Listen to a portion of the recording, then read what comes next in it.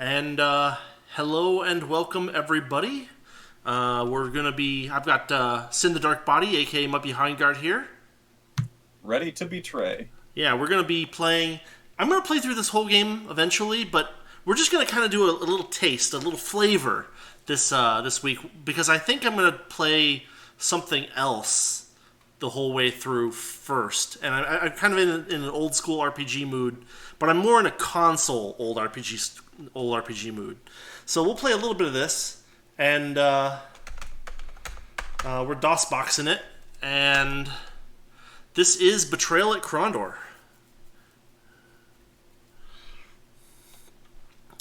Have you played this at all? I have never played Betrayal at Krondor. Okay.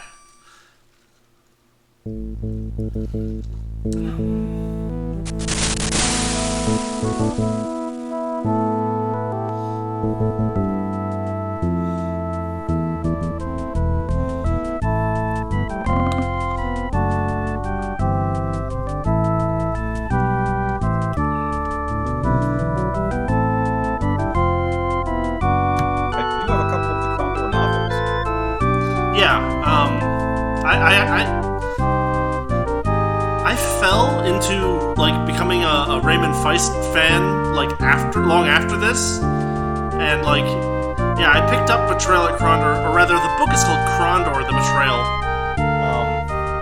but I mean, it kind of got me into his books as a what do you want?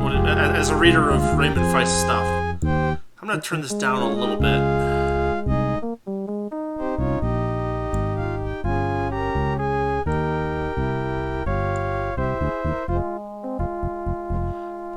I think the volume was a little high.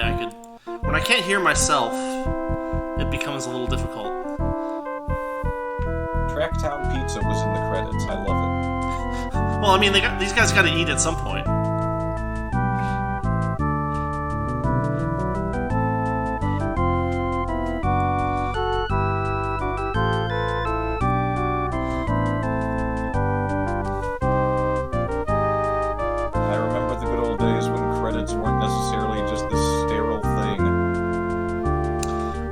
If you want to talk about credits not being a sterile thing, we need to talk about Ultima. Because the Ultima games, the later ones, had not just a credits sequence, but also a quotes thing that you could open up by looking at the credits. And I'm going to play through some of the Ultima games one of these days, but hold on, there's not a whole lot of option-y goodness here. So, I do actually have some old saves for this from 10 years ago or more that I played. But we're going to be starting from the beginning. We'll just play for an hour or so and kind of get a taste of this game. Because I will go through the whole thing eventually. Just a sampling of Betrayal. Yeah. Well, we won't get to the Betrayal yet. So, one of the things that Raymond Feist does is every chapter of his book start with a short, single-sentence paragraph that kind of sets the feel for the scene. So, here he's focusing right in on those blood-soaked rags at the boy's feet.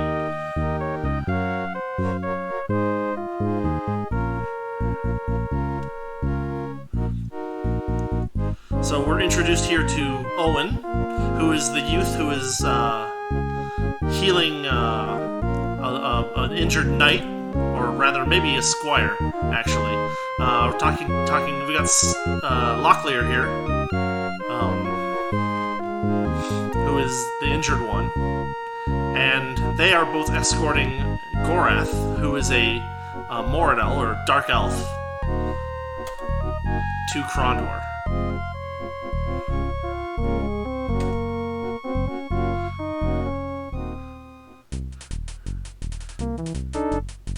You get that very nice DOS MIDI music.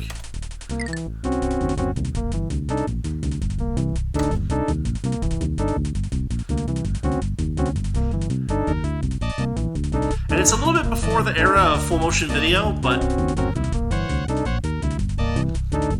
we've got photos of the actors and stuff. People in costumes with lighting and stuff.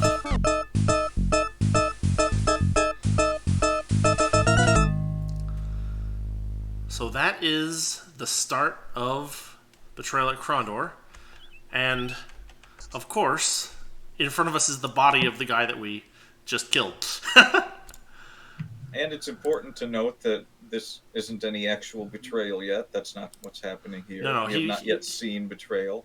So this was merely an assassination attempt. Yes, that's right. So it's always good to check your rations before you pick them up. And I'll probably be able to show you why later. So this was a pretty detailed CRPG back in the day. You've got nice character portraits. You've got armor and inventory stuff that's all got all kinds of neat things going on here.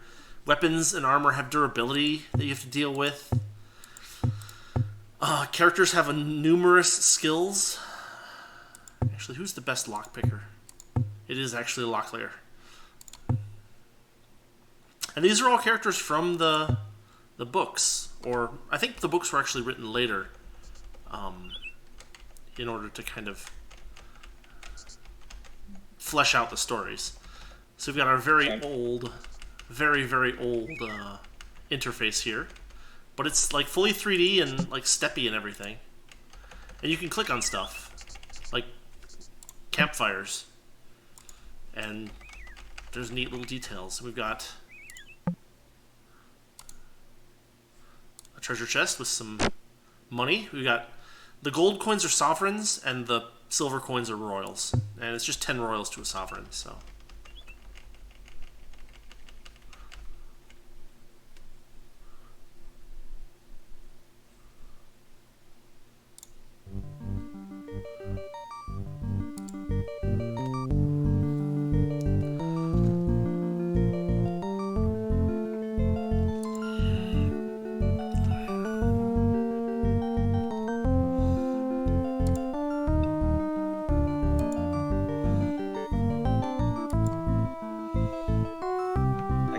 this guy and not think Jeff Foxworthy.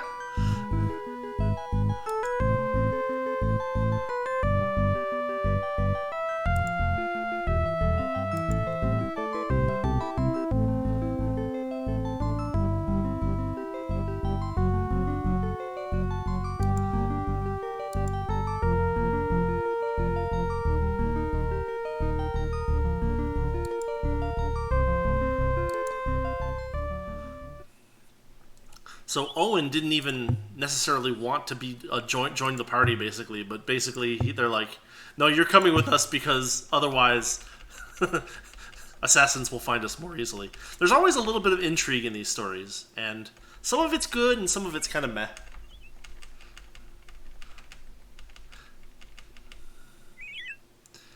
In general, it's wise to stay away from paths if you can. It doesn't necessarily avoid all enemy encounters, but lots of banditos. There are bandits, and there are going to be people serving the Mordel that are going to be trying to kill Gorath. And then there's going to be story things that happen here. Owen turned and looked back down the road. A young squire that he had met at a party at Yavin. Try to behave normally. And remember, Gorath's name is Thorgath. Squire Philip.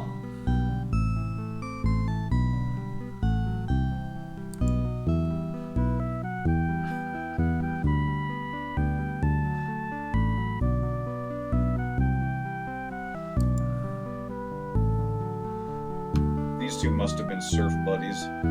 Something like that. I mean, it is coastal, right? So.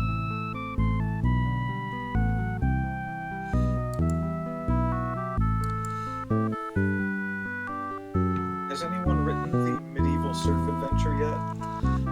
Like Surf with a U? I mean, the other one, lots of people have written. Not to my knowledge. And surfs don't really have adventures for the most part. they're usually involved in subsistence farming, and they have very little time for adventuring. That's true. That's true.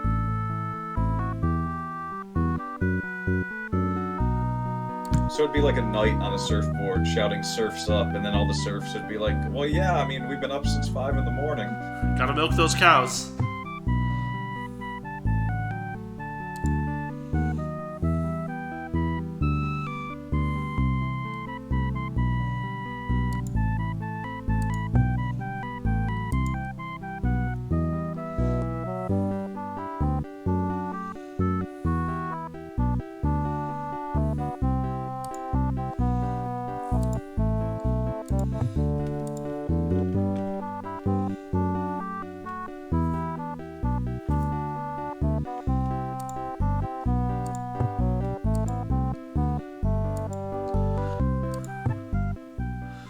So an interesting mechanic here actually is that you can drop items anywhere, and they will vanish eventually, but you can often come back for them later on. Let's see, we've got another chest here. Let's see. Owen is a magic user, and that'll tell us whether the chest is trapped. Let's try to open it. Well, Locklear managed to pick that lock. Gets us some armor and a shell that we can sell for cash later. We're going to pop that armor in better condition onto Locklear, and then we're going to throw this at Owen. Actually, we're going to swap this out like so. So one mechanic that's interesting in this game is that there's no magic points. Casting magic just uses your health basically. Your health is like your important hit points, and your stamina is your buffer before you start losing health. So you start losing stamina first, and then you lose health. And if your health drops to 0, you're in trouble. An interesting mechanic here is that if you're sleeping out in the open, your stamina can only recover about 3/4 of the way to full. You need an inn in order to get it all the way up to the top. So it's kind of important to stop in towns when you can, if you're injured or if you've had to use a lot of magic.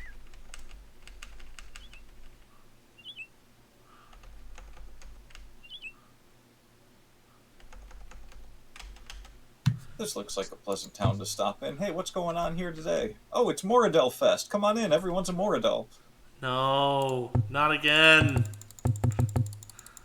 This is the 3rd time. So Lamut is off to the west, it looks like. In fact, you can see it over here.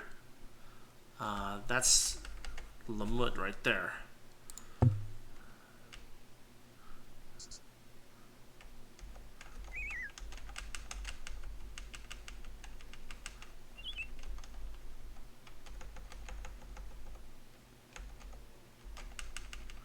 Now the question is, does this little green path lead us into the city?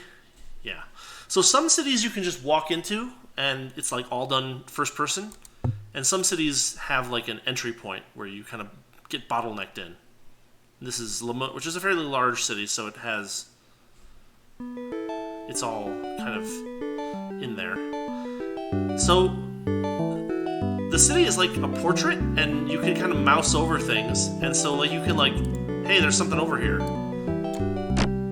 There's a lot of neat little bonuses like that in this game.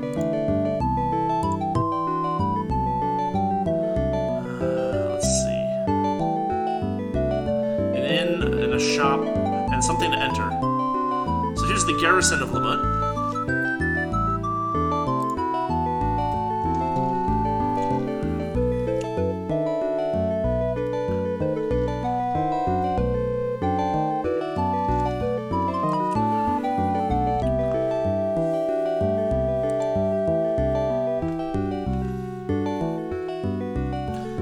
So you can get hints on subquests, kind of. So there are some Surani Grey Warriors, kind of the equivalent of like. So Surani is kind of based on like Japan to a certain degree, or like kind of like a. It's got some of that feel to it, and so the Grey Warriors are basically like Ronin or like masterless samurai from Surani, or from Kelawan, which is the Surani world. They've stolen a ruby from a magician, and so maybe we can find that ruby and get a reward. We'll head to the shop, and so this is a little shop for bows and stuff like that, but they've got a little bit of everything.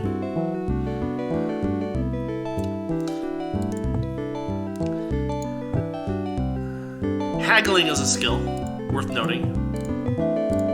Owen is the best at haggling, and you can actually select skills to like focus on, but we can't really afford anything at all here right now.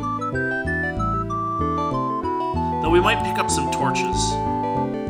We can try haggling.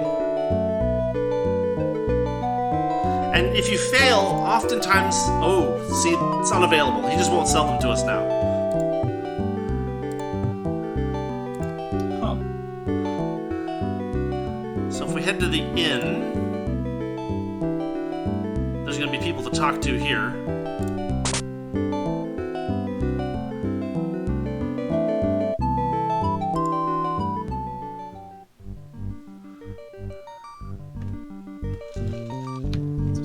Method of shopkeeping. This is 16 silver.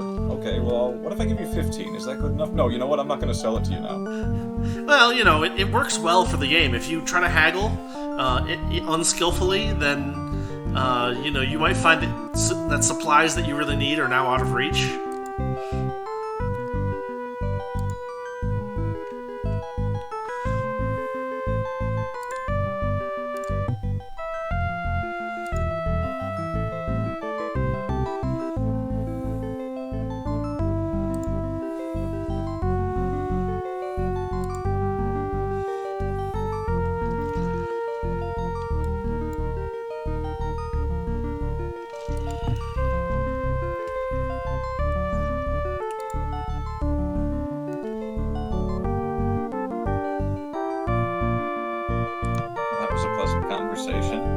How come you're not dead? Oh, I was told I couldn't kill myself. Otherwise... Yeah. Well, so there is definitely, like, this was part of the stories. In the earlier books, there's the first two books in the Rift War saga are Magician Apprentice and Magician Master. And the events that they're talking about, the rift being knocked out and things like that, and people getting trapped in Midkemia, are parts of those stories.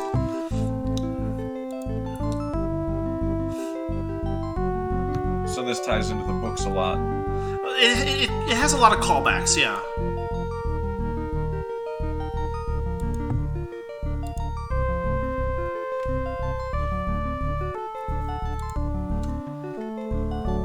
So sometimes people will train you, but it's usually pretty expensive.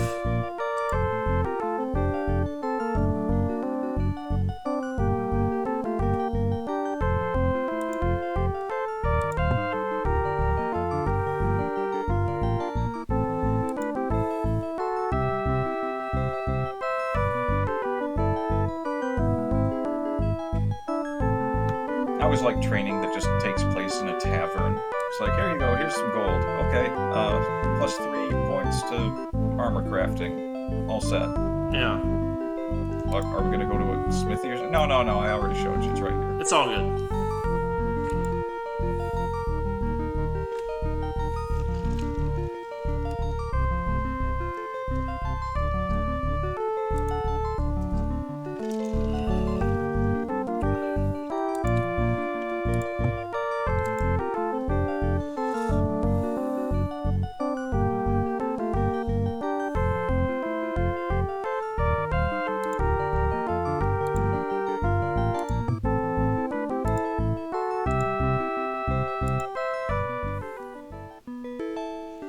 Let's see. You can talk to this guy. We've got a dwarf here.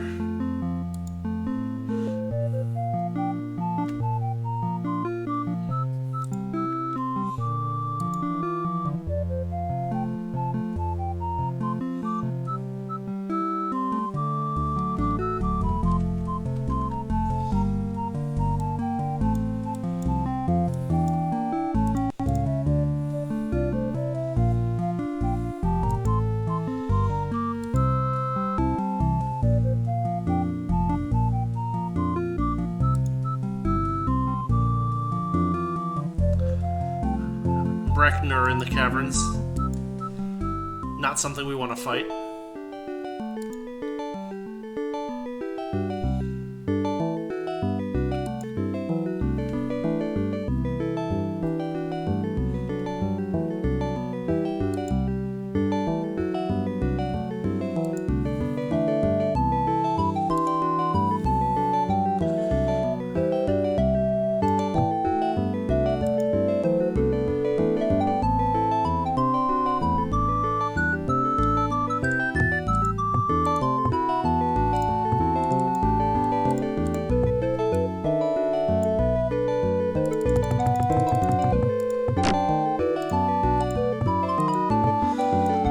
Decent amount of food. One ration lasts about a day.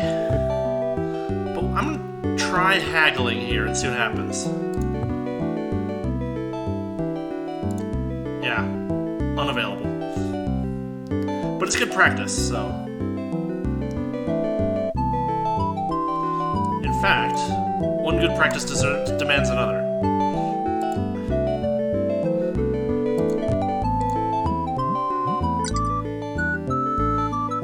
So it didn't have that much of an effect, but what the heck, it's worth trying. And then the inn is set up like this. 5 sovereigns a night is pretty expensive, and there's some nice flavor text. But we're in pretty good health, so we don't really need it. You can't haggle for the food, but for the alcohol, sure. Actually, there is. That's interesting. Right-clicking.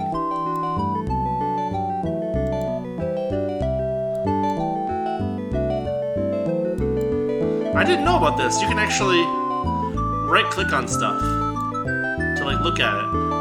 So, hold on. I'm gonna exit. Heck. Hold on. I need to. So, there's a skill called barding. And let's see, Owen is pretty good at it. Gorath is awful. But what you can do at an inn, if you see that loot there in the corner, you can actually use it.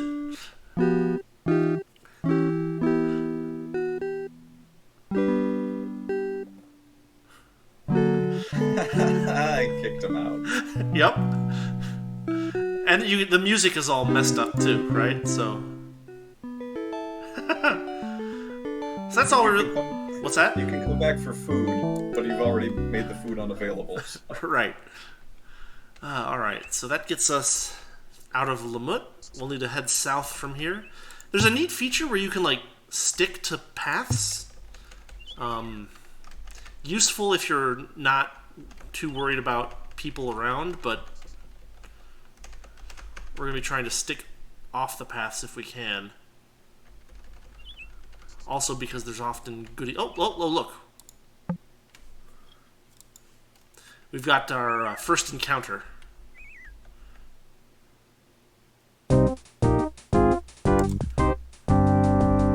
Single mortal warrior.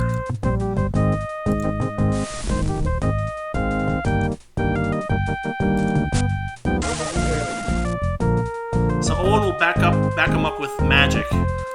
Blinding actually stops them from moving entirely, which is really good.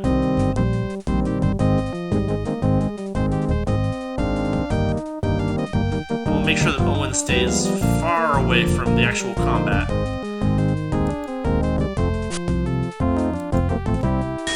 You can just hover over there into the corner. Pretty much.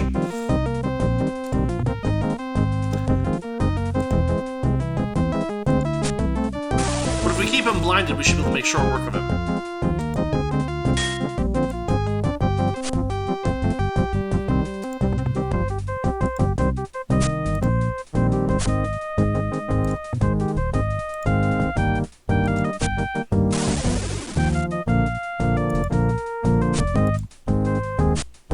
Oh, for goodness sakes.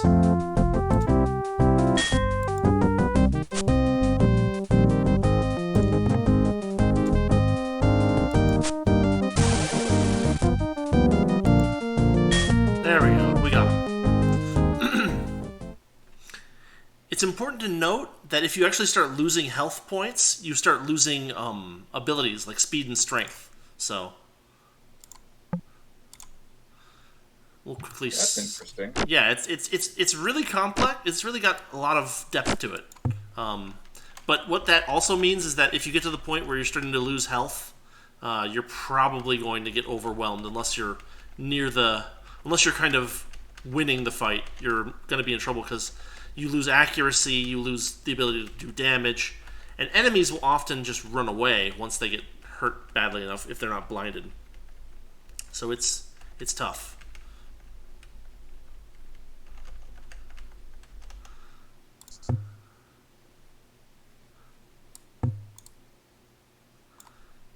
So we've got a little side path here.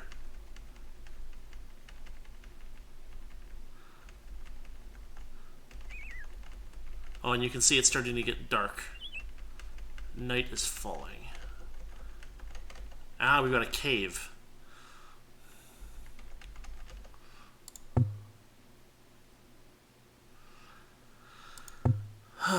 Caves are not part of our current mission.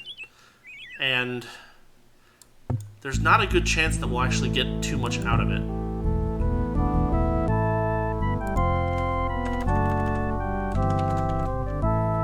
Let's see. 0620?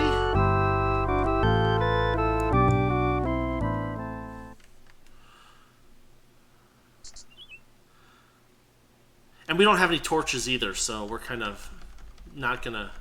We're going to end up wasting a bunch of Owens. No cave betrayal today. No cave betrayal, no. If we had managed to buy those torches, we could go in there. I think Owen has a spell that he does not. Or it only appears when you're...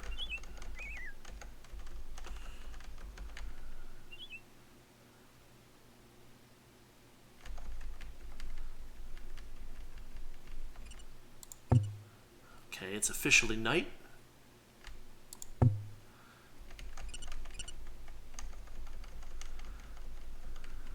There's all kinds of... Uh-oh. An ambush. Ooh, that's bad.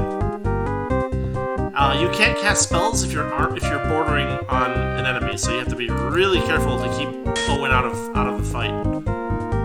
And there's Gorath taking some damage.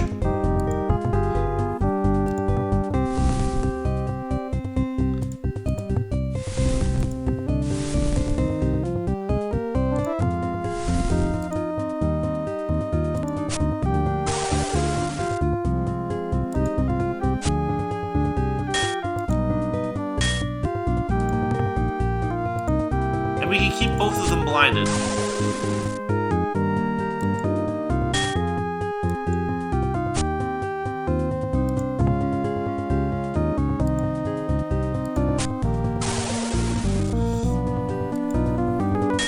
One down.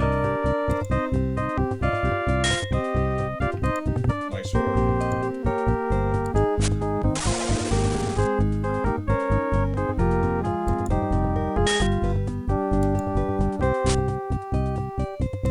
But you see that we can get ambushed pretty easily.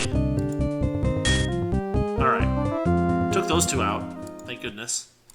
Only took a little damage.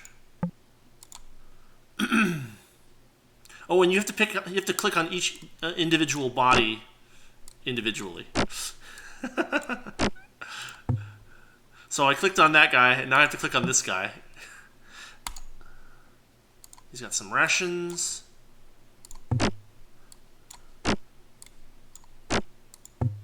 Haggle with the corpse for the rations.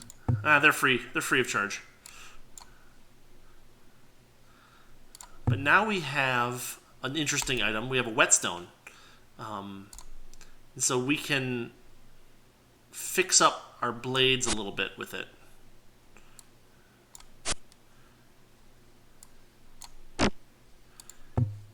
You can only use it once on a blade before you before you hit something with the blade. So like if I do it once here and I try again, you get a little flavor text. It's like, yeah, You can't do any better than that.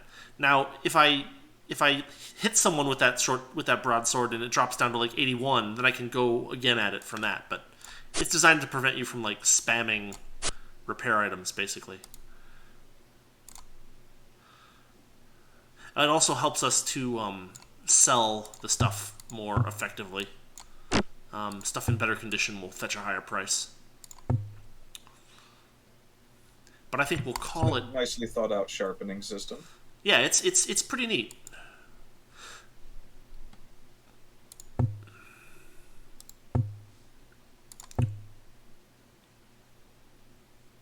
Yeah, he does have candle glow, but it doesn't work. It doesn't work in the daytime or something.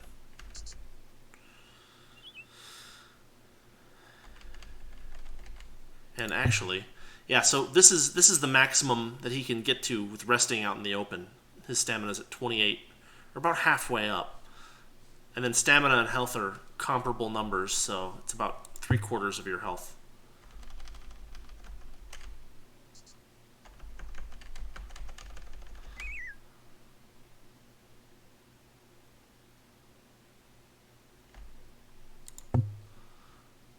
We got a little village off to the north or southwest here. So this is an example of one of the villages where like things are just normal and you can just walk into it. Just checking around for any interesting stuff. But now we'll just visit the village like normal. Small wooden house.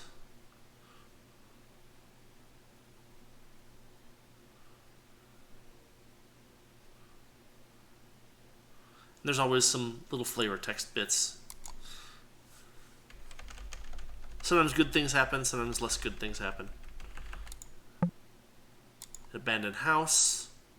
A few silver coins and a bowstring.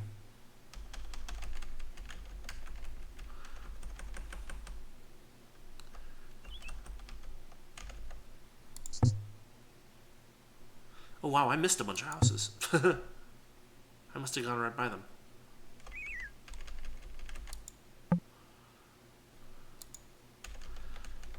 And the occupants of the house change depending on the time of day as well, so...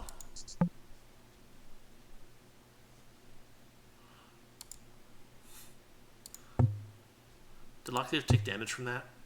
He did. He took damage from the door opening? No, from getting hit in the head with a wine bottle.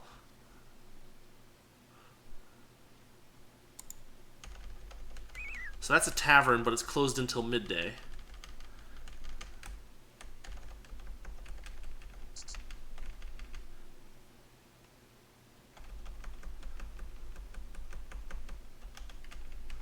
And then little brown houses like this are usually shops.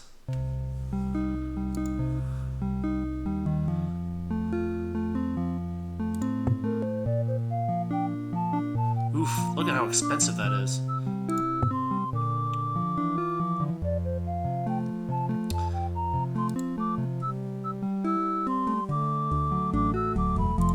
So, two items that you're gonna get used to in this game are the herbal pack and the restoratives. The restoratives are the closest thing to a healing potion in the game. They don't actually heal you that much, but they give you a little boost in your healing. And then the herbal pack doesn't heal anything directly, but increases your healing rate, and is a lot cheaper. We have some of the herbal packs, not much. Oh, this game really is unforgiving, isn't it? Yeah. And then we've got some restoratives, but again, not much.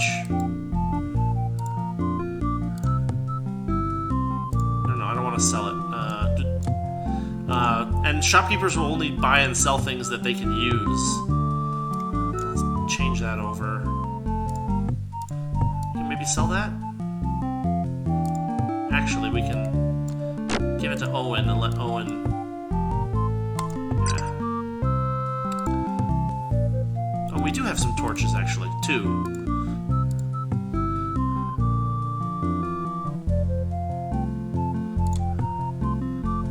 I think we'll hold off on buying anything for now. But we will all look around.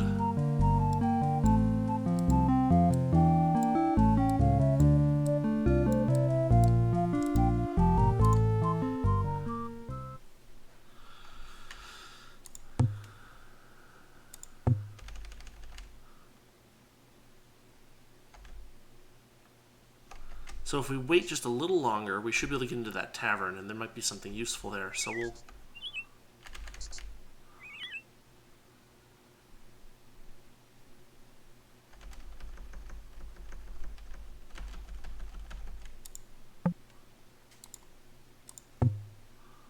We're almost to midday.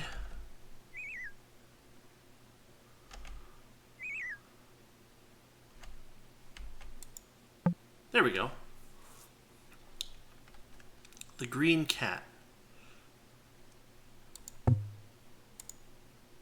Oh, he'll just sell us some goodies. It's kind of interesting. They actually have like a single day's rations at a higher price. It's just flavor text, but it's just like kind of nice that they thought of making a different kind of ration for. It doesn't have any special effect as far as I know, but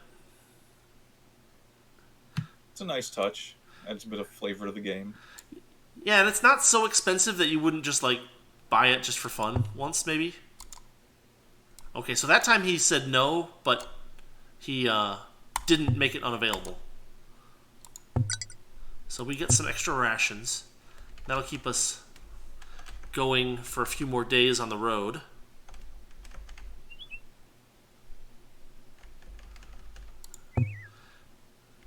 But if we look at our map, there's a mountain over here. And I think that we might be able to avoid some combat by going around this side of it.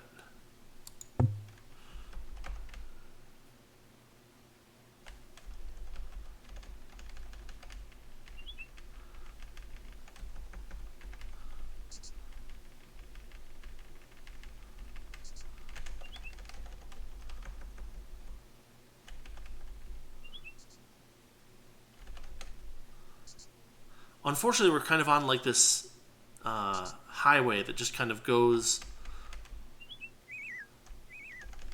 south along the coast, basically, framed by mountains. So we don't have a whole lot of different choices as to... Oh, we're in a trap. So this is interesting. These are puzzles. And... Puzzles of Krondor. Basically. And what you have to do is you have to figure out what the point to the puzzle is, and then navigate one character through it. So the trick here is that don't walk between the same colored staffs.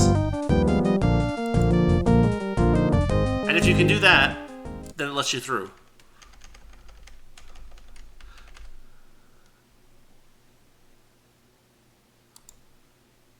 That's a pretty neat addition to a game like this. I mean, they had to make it have more gameplay. So there's that's the simplest trap, obviously, but like later ones will be more interesting. But you know, they wanted to give the player something to do in this fantasy world. So magic traps. Yeah, a lot of these older games can be a lot of just nonsense walking without much happening. So yeah, that's nice.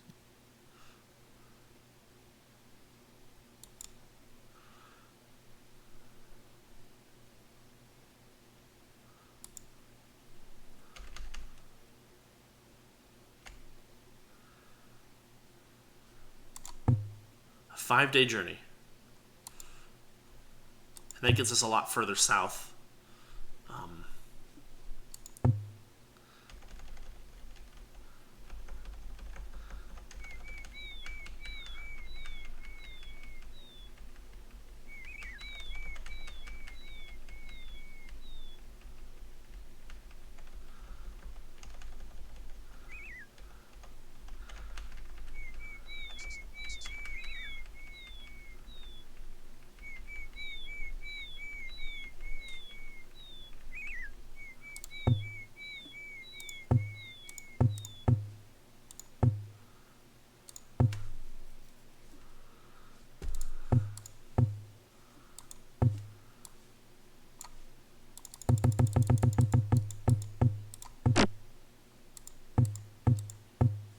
Okay, that evens things out there.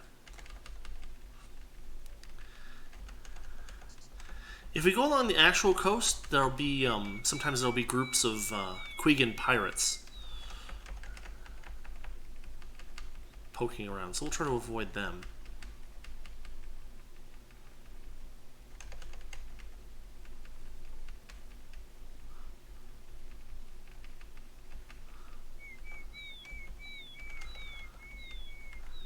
In general, the game does not ensure that the combats you get thrown into are winnable. Is probably the way to put it. Oh no. So lots of running away. Lots of running away, lots of trying to be carefully avoid stuff. Ooh, and they know Owen is trouble. We gotta get Owen out of there.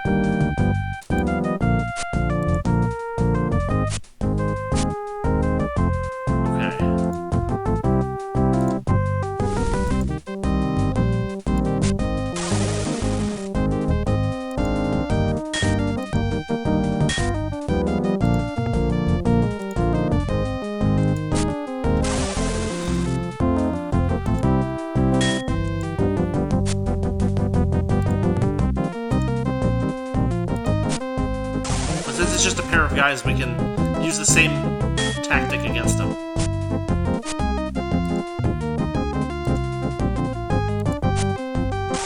That's interesting.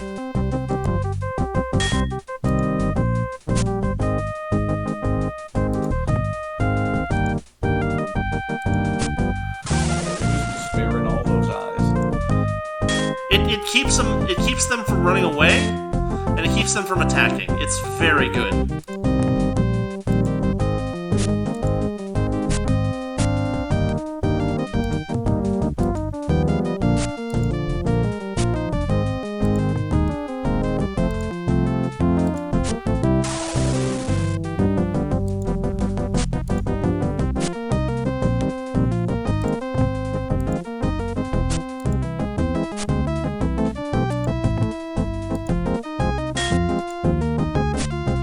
There's also a lot of missing.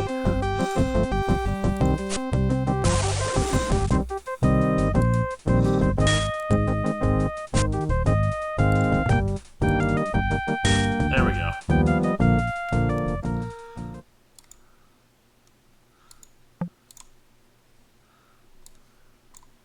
We're going to run out of inventory space soon. Once again, with the help of our great mage Fabio, Sir Foxworthy, and the guy that played the Master from Doctor Who have once again defeated the enemy. This is cool. So we've got a Mortal Lamprey sword.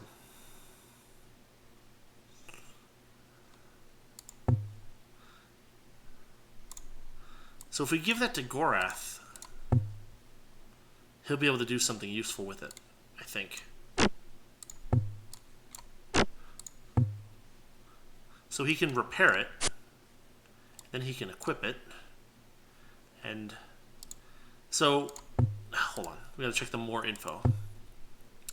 Base damage is 3 plus strength for a thrust, 15 plus strength for a swing, accuracy is 5 plus skill. Comparing that to the sword here, the broadsword's a little bit more accurate, but does a little less damage. And I'm not sure what the race modifier elf does exactly, but it might be helpful for Gorath since he is an elf. The modifier is +2 to pointy ears. Something like that. That uses up our whetstone.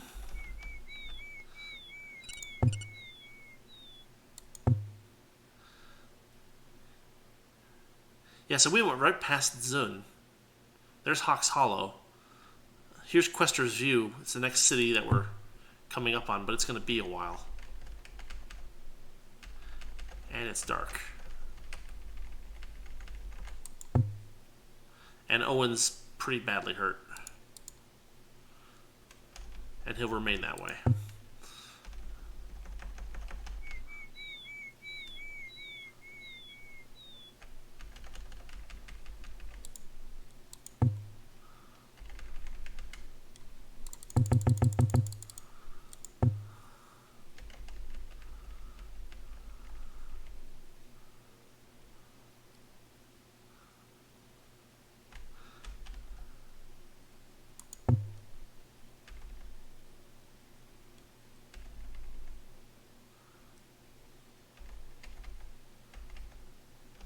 There's like a little loop here of like path. But it can't be a city, so what is it? It's a big loop. I mean, it is, but I wonder if You there's... could go either way. Well, it might get us around a combat, or there might be like a treasure chest or something. Oh, there's a house.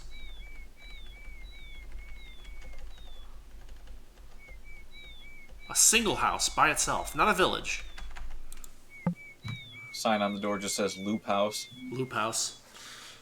Folks call me Chanty. Fisherman.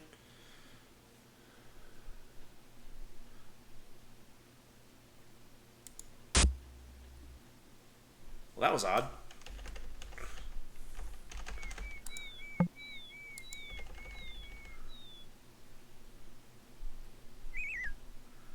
Well, there's no one behind us. I guess we'll just keep going.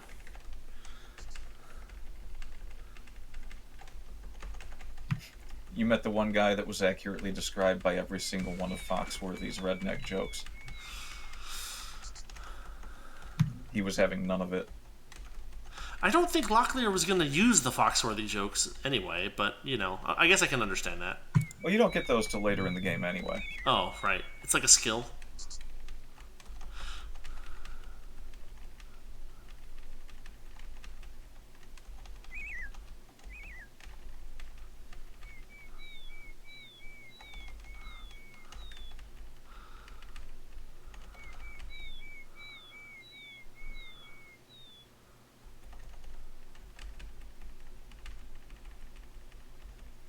And we got another house over here. All by itself.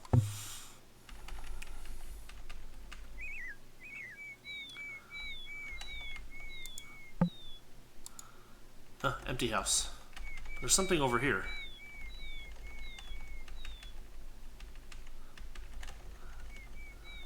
Oh, a gravestone. I thought it was a sheep.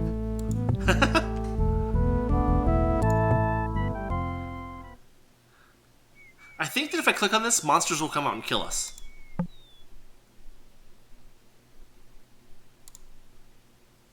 Let's not dig up the grave. If you dig up the grave, a monster comes out and kills you. You don't actually have the weaponry needed to defeat it at this point. Why was that even a suggestion he came up with? Well, because you can't. Because, like I said, the game doesn't hold your hand. It does. It lets you. It lets you kill yourself if you really want to.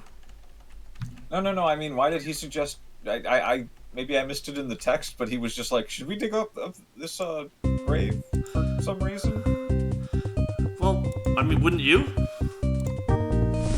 Okay, fair enough, but I mean, usually that wouldn't be the first thing that comes to mind when you find a random gravestone.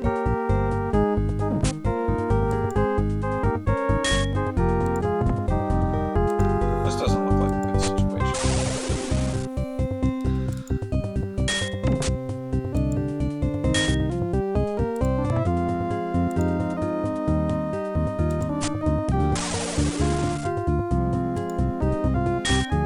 One down.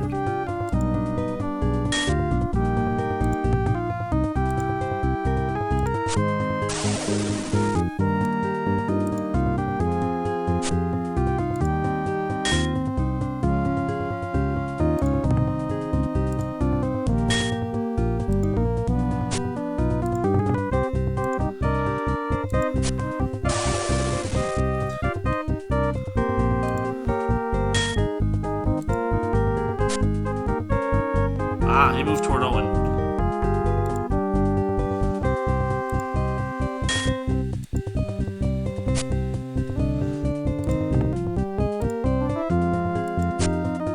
But you can see he can only move one step, which means that he's already pretty badly wounded. Ooh, and then defense is actually pretty good in this game. You can avoid damage altogether with it. Nice. I just like that Owen hovers away to get away from the enemies. More games need to lack walking animation for my amusement.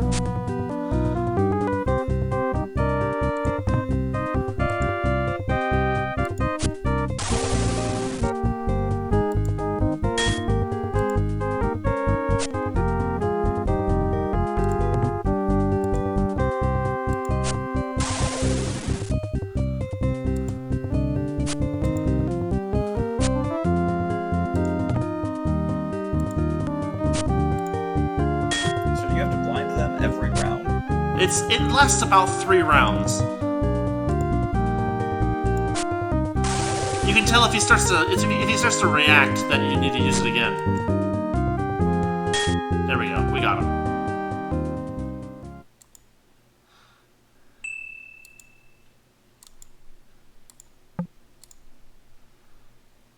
Oh, this is some nice goodies. All right, we're gonna give Locklear a crossbow and some quarrels. We are rapidly gonna run out of space for.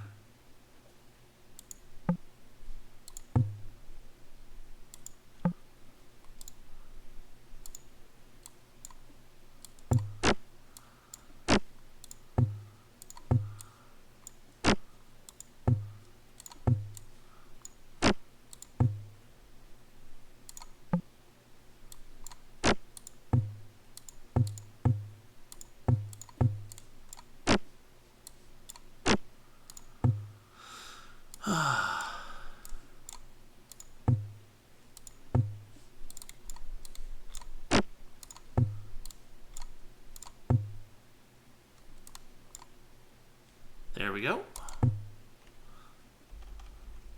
Man, just imagine being isekai'd to Midkemia. Nobody likes you, nobody will sell you anything, and you're being followed around by a mage named Fabio. We got a random shop in the middle of nowhere here. Inexplicably the richest shop owner in the entirety of Midkemia. I mean, maybe. Now, I don't know if he'll actually buy any of our goodies. Oh no, he will! Alright, so let's decline for now.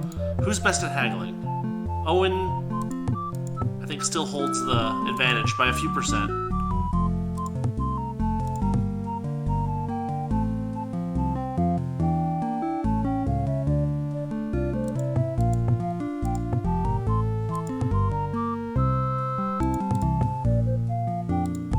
So what we'll want to do is we'll want to throw stuff at Owen and have Owen sell it. We can clear out our inventory this way. Oh, like random crap that we don't need. I love how the amount of skill is dictated by how much blood is on the end of a sword. I never looked at it that way, but yeah, you're right. Oh, and he'll only buy armor, not whatever. The armor is taking up most of the space in our inventory, so we'll let Owen deal with it.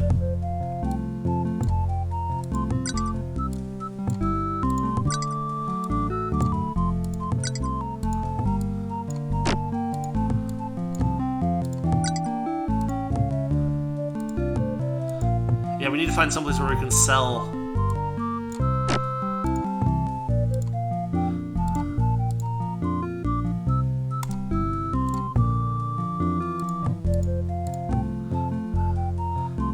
One thing that we could order here if we wanted to is an armorer's hammer and a whetstone. And our inventory that we sold him does show up in his inventory. It's actually persistent, which is kind of nice. What we'll do is, yeah, we'll grab an armorer's hammer. Or actually, let's get a whetstone first. And we'll just accept that because we want it. And then we'll try to haggle for that armorer's hammer. Nope. No luck.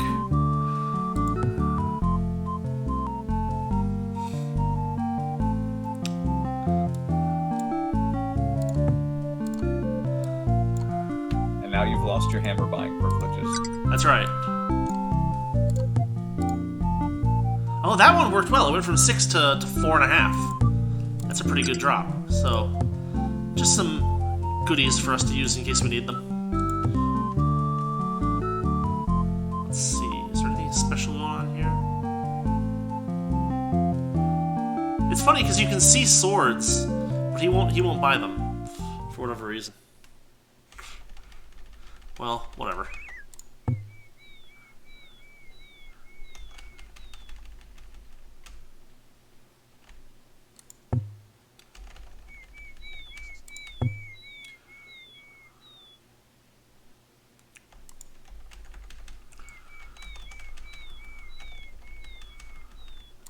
Should save, why not?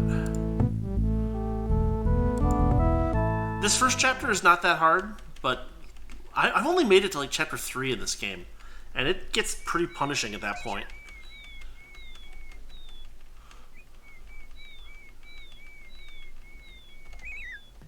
Is this your cast for the entirety of the game? No, it changes every chapter.